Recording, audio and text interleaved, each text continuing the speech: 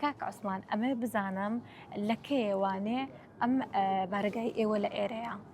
کۆمەڵی هونەروێژەی کوردی لە ساڵی 1972 دامزراوە دامەزراوە تاکو ئێستا دەرگاکەی کراوەیە. ئێمە چەند لقێکمان هەیە لەوانە لقی کەرکووک و لقی خانەقین، لقی هەڵەبجە، لقی ڕەواندز، لقی پیرمام. ئەو کۆمەڵەیە بەردەوامە لە چالاکیەکانی هەر لە سەرەتای دامەزران تاکو ئێستاکە و هەروەها چەند بەشێکی لە خۆی گرتووە لەوانە بەشی شانۆ،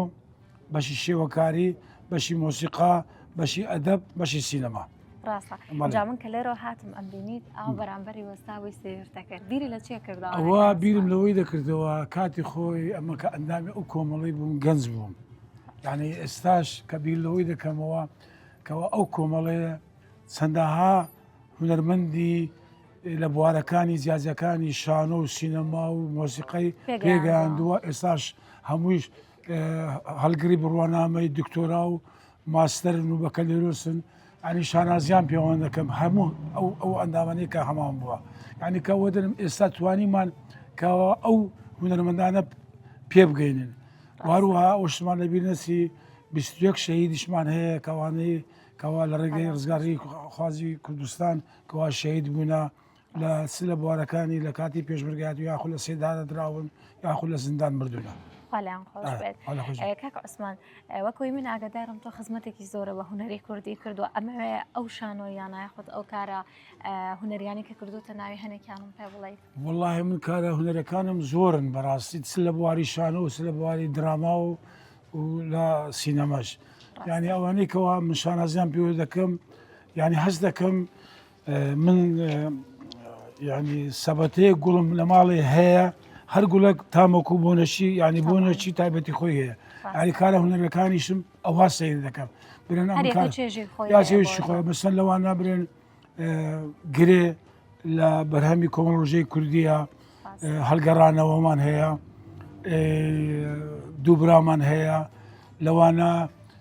برێن کارەکان بکەم لە دەروی کۆمەڵ کردیە سێکە لە پووس هەر ئەوەی بەرهەمی دەروی کۆمەڵە لەوانە ئازارەکانی بارەم کۆچ ئیتر زۆر کاری هونەری ماشەڵڵا کارەکانم زۆرن لەوەم نابێتەوە. ئەنی من بەڵێ مامەستا عوسمان اینجا من بەرنامەکەم تایبەتە بە گەڕەکی عەرەبان ئەبێت تۆ هەندێک زانیاریم لەسەر ئەم گەڕەکە پێ بڵێ کە بۆچی ئەو ناوی لێنراوە و لە کێوانە خەڵک ئێستا لێرە ناژی بۆچی یعنی هیچ نۆژەن نەکراوەتەوانە؟ بە خودای من کەەوە من بەخۆم یعنی دانیشتوی شاری شارۆچکەی مەخمورم، یعنی زۆر یعنی ئەوەکەم لەسەر ئەو گەڕەکەی نییە، بەس دەزانم گەڕەکی عەرەب کۆنە کۆنترین گەڕەکە لە هەولێر بەڕاستی ینی ناتوانم ینی برێم چکە برن ئەوانە ئەو ماڵیشیە بۆشێ، بەس دەزانم ئەم گەڕەکەی گەلە کۆنە و یعنی کەلتوریە، بەس ئینشاءڵڵا بەرپرسانی چاوەک بێرەدا و دەکەن دەیکەنە گەڕەکەی کەلتوری کە بتواندرێ لە هەموو شوێنەکان سەردانیکەوە وەکو برێن وڵاتانی کە لۆژەم بکرێتەوە کە شتەکەەوە بیتن ئەو هەموو جنجال و میزاڵانە لێرە هەر بستیتن و ینی نەمین ئینشاڵڵا بە پاڵپشتی بەڕێز پارێزگاری هەولێر ئەو شتانەوە بزانم هەمووی دەکرێتن، ینی بەڕاستی پارێزگاری هەولێر دەتوانم برێم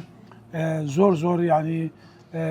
خەریکە ینی دایمەن ینی لە بواری یەکە لە پاڵپشتی کۆمەڵەکەمان پاڵپشتمان دەکا بەڕاستی ئێمە شانازی پێوە دەکەین. بەڕێزم زۆر زۆر سپاسی کامێرۆنەکانشت دەکەم کەەوە بەڕاستی کە ئەرچی مادەبیان کێشە سپاسی بەڕێستان دەکەم، ینی هیوادارم کەناڵەکەتان ینی دایمەن بە ئەوە بێتن ینی بۆ خزمەتکردی هونەری کوردی ڕەسەن و کەلتوری کوردی. زۆر سپاسان دەکەم.